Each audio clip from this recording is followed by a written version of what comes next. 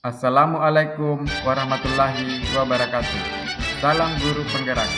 Pada video kali ini, saya akan memaparkan koneksi antar materi modul 1.1 dan 1.2 tentang filosofi pendidikan Ki Hajar Dewantara serta nilai dan peran guru penggerak.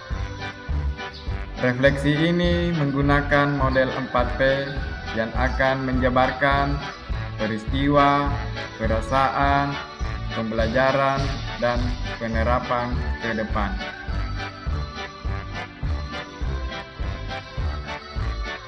Momen yang paling penting atau menantang atau mencerahkan bagi saya dalam proses pembelajaran modul 1.1 adalah ketika saya memahami maksud dari filosofi Ki Hajar Dewantara bahwa murid terlahir dengan kodratnya masing-masing, sehingga guru hanya bisa menuntun tumbuhnya kekuatan kodrat tersebut.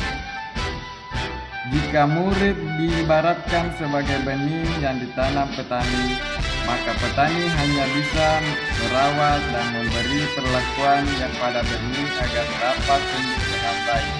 Namun, petani tersebut tidak dapat merubah benih padi tumbuh menjadi tanaman jagung.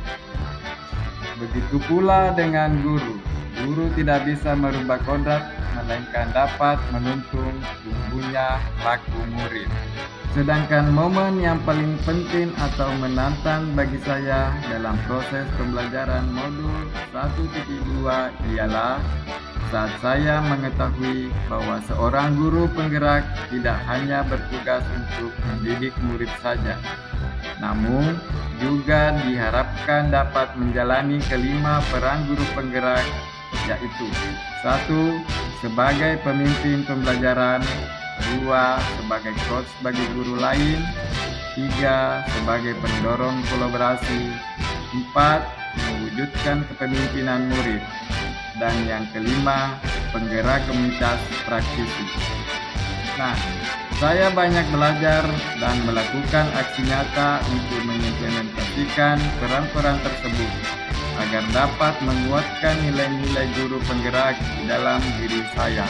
Adapun kaitan antara modul 1.1 dan modul 1.2 yang saya pahami adalah kita perlu memahami tentang prinsip dasar pendidikan yang menuntun berdasarkan pemikiran Ki Hajar Dewantara agar dapat mengimplementasikan peran guru penggerak secara optimal, serta untuk mewujudkan tujuan pendidikan sebagai tempat persemaian benih-benih kebudayaan dalam masyarakat. Guru penggerak harus memiliki nilai berpihak pada murid, reflektif, mandiri, kolaboratif, dan inovatif.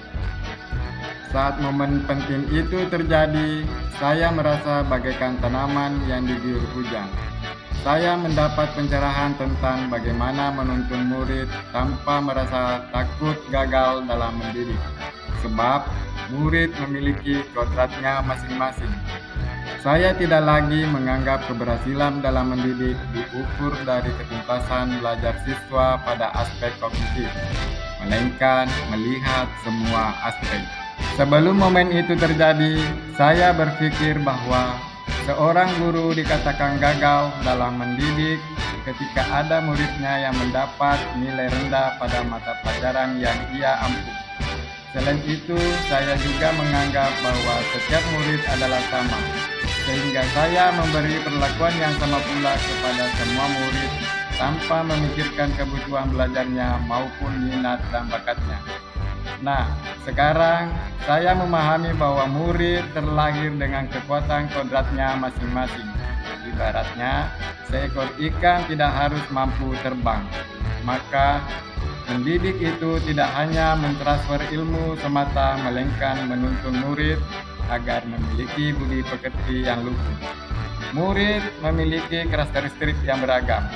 Kebutuhan belajar mereka juga berbeda-beda, maka guru harus memberikan pengajaran yang sesuai dengan kebutuhan murid serta memperhatikan kodrat alam dan kodrat zamannya. Selanjutnya, penerapan ke depan atau rencana.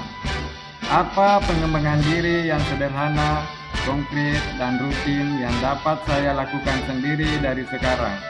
untuk membantu menguatkan nilai dan peran saya sebagai guru penggerak.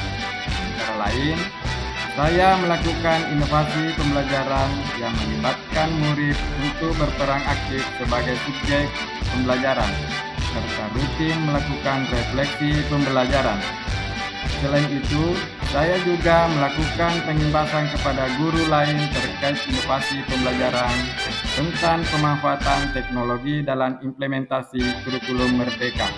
Demikianlah penerapan koneksi antar materi yang sudah saya pelajari pada modul 1.1 dan 1.2. Saya Amiruddin mengucapkan terima kasih.